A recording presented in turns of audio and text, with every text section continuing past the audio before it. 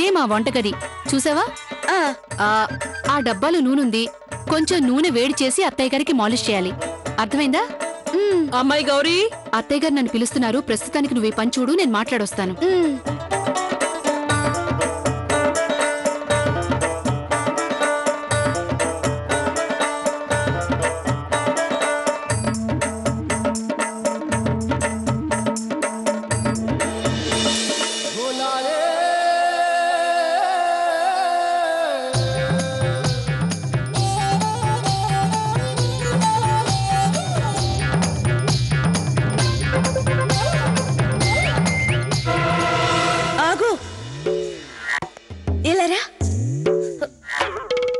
నువ్వు రేపటి నుంచి మా ఇంట్లో పనికి రాకు.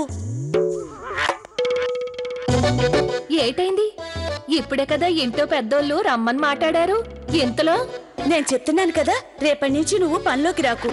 అయినా సరే ప్రతి నెల నువ్వు వచ్చి జీతం తీసుకో. డబ్బులకి ఎప్పుడు ఎక్కడికి రావాలో నేను చెప్తాను. కానీ ఒక షరతు, నువ్వు నన్ను ఎలాంటి ప్రశ్నలో వేయొద్దు, సరేనా?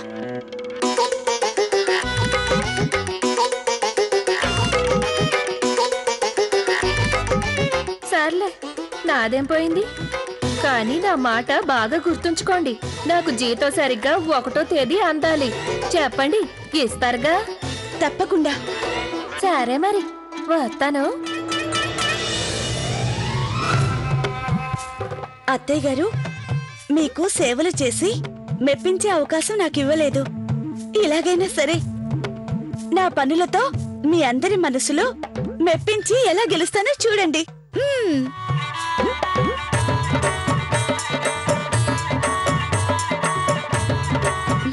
లవ్లీ, గౌరీ అక్కయ్య చెప్పింది కదా అత్తయ్య గారికి మాలిష్ చేయాలని.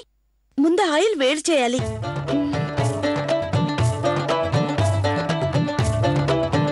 వీళ్ళు ఆయిల్ ఎక్కడ పెట్టారు?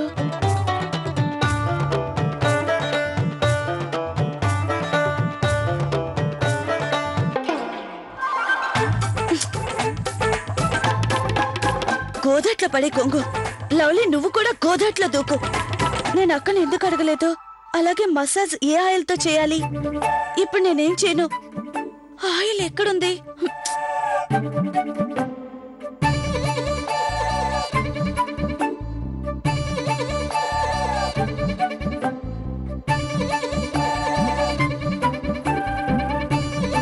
ఇందులో ఏ నూనె వాడతారు?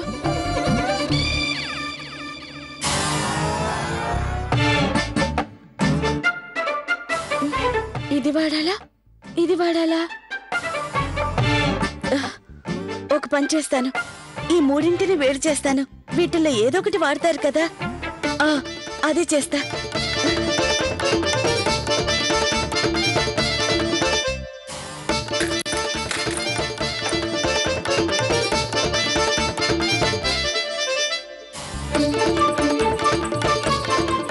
అరే లవ్లీ, త్వరగా పని కానివ్వు. గౌరీ అక్కయ్య వస్తుంది. వచ్చిందంటే ఆయిల్ ఇంకా వేడి చేయలేదా అని అడుగుతుంది.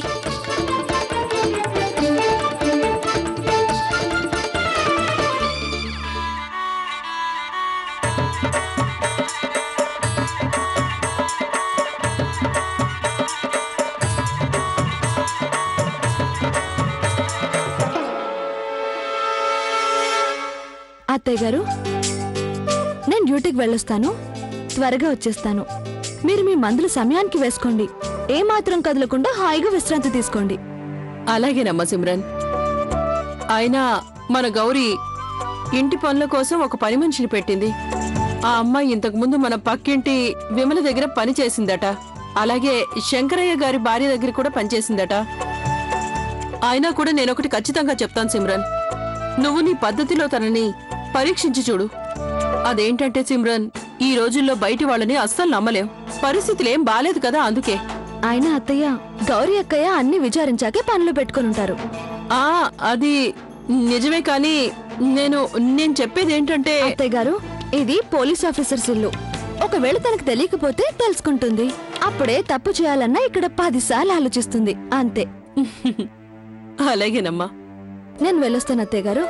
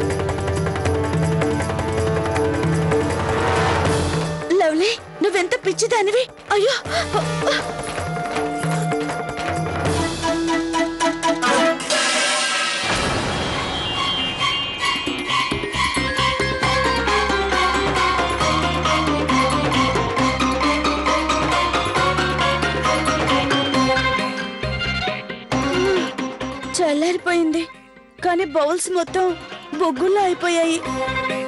అక్క చూసిందంటే నా పని అయిపోయినట్టే. ఏం పడేసావా అమ్మాయి? వస్తుంది.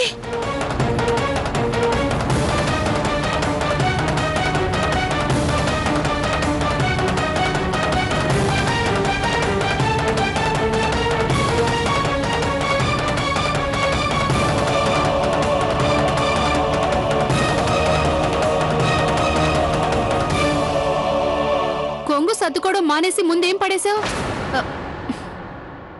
పళ్ళెమా? అది తీసి పక్కన పెడుతుంటే జారిపోయిందండి.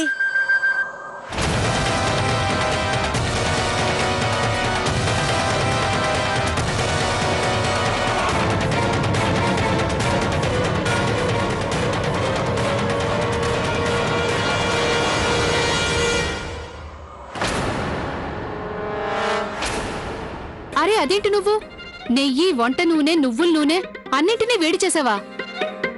మాలిష్ కోసం నువ్వుల నూనె మాత్రమే వాడతారని తెలీదా నీకు? అది కూడా 3 చెంచాలు. ఏం ఆలోచిస్తున్నావు నువ్వు? అసలు మాలిష్ గురించి తెలుసా? అదేంటంటే అమ్మగారు, నాకు టకటకా పనిచేయడం అలవాటండి. అందుకని నేను నెయ్యి, నూనె అన్ని తీసి వేడి చేశాను. అరే, ఇక ఈ నువ్వుల నూనెమో మాలిష్ కండి, ఇక ఈ నెయ్యేమో పప్పులోకండి, ఇంకా మంచు నూనెమో పూరీల కోసం. ఎక్కువ నూనె ఎందుకు తీసానంటే మిగిలిన నూనెతో మీ పిల్లలకు కూడా మాలిష్ చేసేయొచ్చు కదా అని. అర్థమైందా మీకు? సరే సరే, ఇకపై ఏ పని చేయాలన్నా నన్ను అడిగి చెయ్యి. సొంత తెలివితేటలు వాడేందుకు ప్రయత్నించుకో. చూడు, మొదటి రోజే గిన్నె మాడగొట్టేశావు. దీంట్లో నూనెంతా ఇంకిపోయింది. కొంచెం నూనె వేడి చేసి అత్తయ్య గారికి మాలిష్ చేయి. అలాగే చేస్తానులే, పదే పదే చెప్పకండి, ఏం చేయాలో నాకు తెలుసు.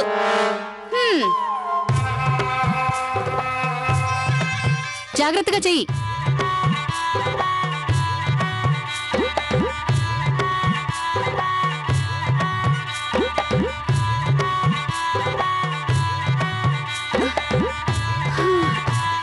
బాలగోపాల, ఈ రోజు వెంట్రుక వాసులో బయటపడ్డాను. నాకిప్పుడు అర్థం కాని ప్రశ్న ఏంటంటే, ఈ ఆడవాళ్ళంతా ఇలా కొంగు కిందకేసుకొని ఎలా తిరుగుతారు? దీనివల్ల ఊపిరి ఆడడం లేదు. అరే, నువ్వు ఇంకా ఇక్కడే ఉన్నావా? వెళ్ళలేదా? వెళ్తున్నాను కదా అమ్మగారు. సరేలే, త్వరగా వెళ్ళు. అలాగలాగే.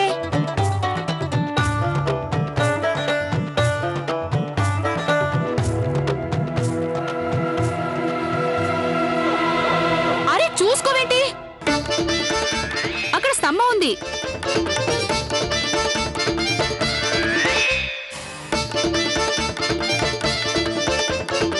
నేను నీకు ముందే చెప్పాను కదా, ఆ తల మీద కొంగు తీసి పని చేసుకోమని.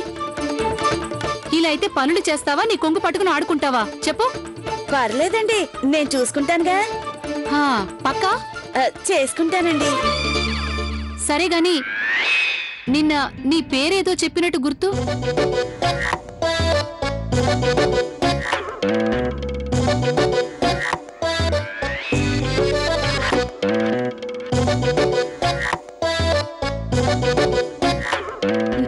నా పేరా? నా పేరండి మధు బాల. మధు బాల? ఇది కాదు, ఈ పేరు చెప్పినట్టు లేదే. నీ పేరు విమలత్త ఏదో చెప్పింది. గులాబీ. నీ పేరు గులాబీ కదా, మధుబాలని ఎందుకు చెప్తున్నావు? నువ్వు అబద్ధం ఎందుకు చెప్తున్నావు?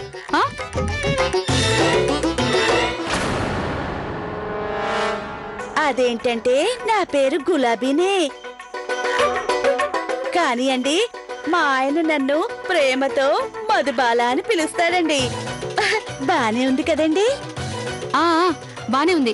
వెళ్ళు, వెళ్ళి శ్రద్ధగా పనులు చేసుకో. మళ్ళీ ఇంకో స్తంభానికి గుద్దుకోకు.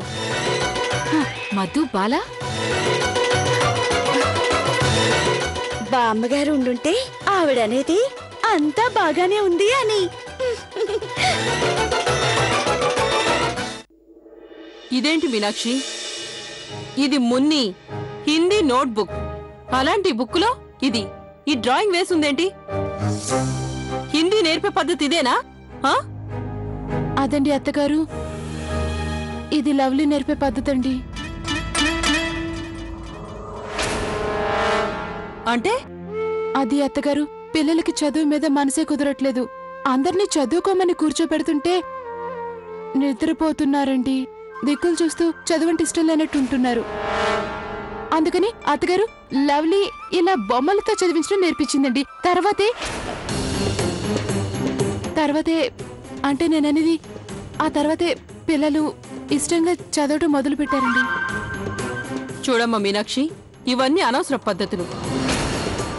ఎలాగైతే నువ్వు ఇంతకు ముందు చదువు నేర్పించేదానువో అలానే ఇప్పుడు కూడా చెప్పు. అసలు నువ్వు ఈ లవ్లీ పద్ధతిలో చదువు చెప్పినట్లయితే పిల్లలంతా కూడా తనలానే తయారవుతారు. అలాగే ఇంకో విషయం, ఈ ఆటలు పాటలు పక్కన పెట్టి ఇక పిల్లలతో కాస్త కఠినంగా ప్రవర్తించు. ఎందుకంటే ఇంకొద్ది రోజుల్లో పరీక్షలున్నాయి. అర్థమైందా నీకు? అలాగే అత్తగారు, మీరు చెప్పినట్లే చేస్తాను. వెళ్ళు, వాళ్ళకి పాత పద్ధతిలోనే చెప్పు.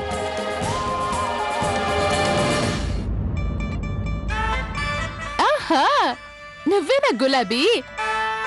అరే నేను నిన్ను ఏం అడగాలి?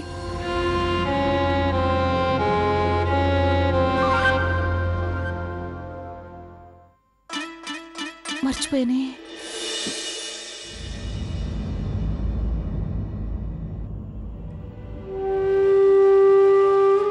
మీనాక్షక్కకి ఎన్ని ప్రాబ్లమ్స్ వచ్చి పడ్డాయి.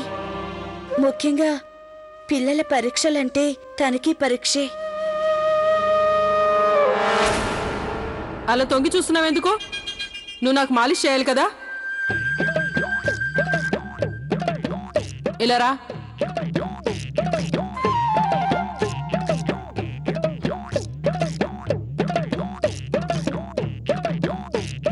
అరే కింద కూర్చోకు, ఆ స్టూల్ తీసుకో, దాని మీద కూర్చొని నెమ్మదిగా మాలిష్ చేయి.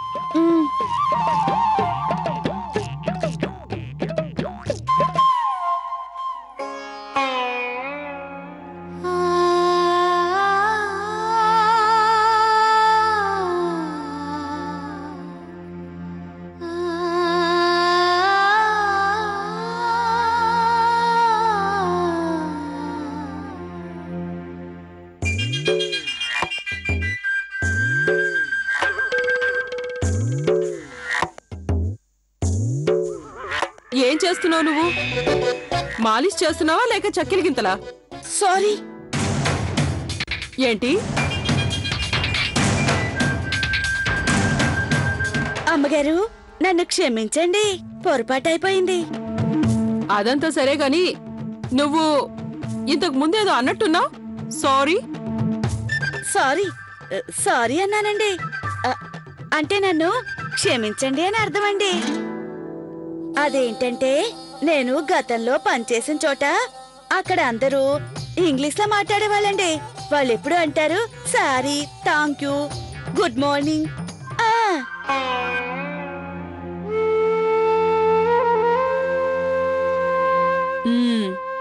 ఇప్పుడు సరిగ్గా చేస్తున్నావు.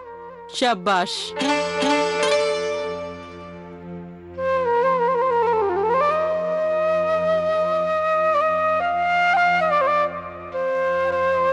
ఏమండి, వాడికి చెప్పండి లోపలికి రావద్దని.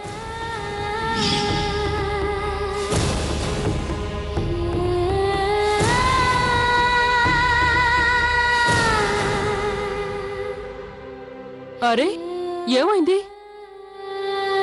నువ్వు ఏడుస్తున్నావా? లేదు లేదండి, నా కళ్ళలో ఏదో పడింది. నాకు ఏడవడం రాదండి.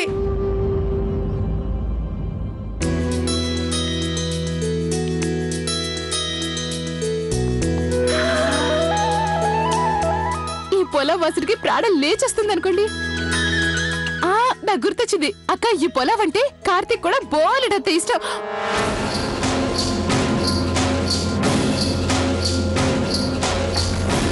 అదే నేనేమన్నానంటే పిల్లలందరికి కూడా చాలా ఇష్టం కదా, అంతే.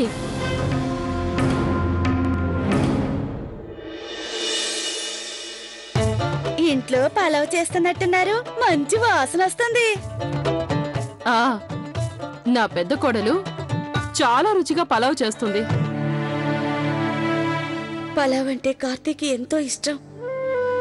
ఇంటికెళ్ళేటప్పుడు కార్తీక్ కోసం కొంచెం అడిగి తీసుకువెళ్తాను. పాపం కార్తీక్ ఇంటి భోజనం కోసం తప్పించిపోతున్నాడు. అదేంటంటే మీనా గులాబీ పూరీల కోసం ఎక్కువ నూనె తీసేసింది. అందులో కొంచెం నూనె తీసి పలావ్ చేస్తే బాగుంటుందనిపిస్తోంది. నాకేమనిపిస్తుందంటే ఈ గులాబీ ఉందిగా చాలా చిత్రమైన మనిషిలా ఉంది. పైగా మంచి హుషారుగా కూడా ఉంది. హుషారుగా ఉండటం మంచిదే, కానీ అతి తెలివితేటలు అంత మంచివి కాదు. అక్క, మీరు తన గురించి నాకు ఇంతలా చెప్తుంటే వెంటనే తన్ని కలవాలనుంది. పైగా తన పేరెంత ఇంట్రెస్టింగ్ గా ఉంది, గులాబీ. చూసి తీరాల్సిందే. చూడ్డానికి అసలు తన మొహం మీద కొంగు తీస్తేనే కదా. అవునా? ఒకవేళ తను చాలా బ్యూటిఫుల్ గా ఉందేమో. లేదు, ఐ మీన్ నేను విన్నాను కొంతమంది జనాలు అనుకుంటారంట ఎక్కువ అందంగా ఉండడం కూడా ఇబ్బంది అని. ఏంటిది ఈ ఇబ్బందా? అది దిష్టి తగులుతుందని.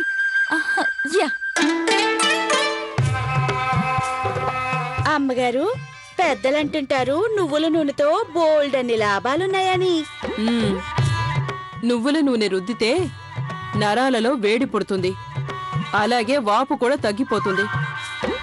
ఇంతకీ మీ ఇల్లు ఎక్కడా? ఈ పక్కనే. అంటే నా ఉద్దేశం ఎంతో దూరం లేదని. అది సరే కాని మీ ఆయన ఏం పని చేస్తాడు? కూలి పని, ఇంటి పని, తాపి పని, ఇల్లు కట్టిస్తాడు. ఇల్లు. అలాగా? నువ్వు మీ ఆయన్ని అడగలేకపోయావా నువ్వు ఆ కొంగు తీసే అనుమతిని ఇవ్వమని? కుదరదండి. మా అత్తయ్య గారు ఇంకా మా ఆయన చాలా నిక్కచ్చు మనుషులండి.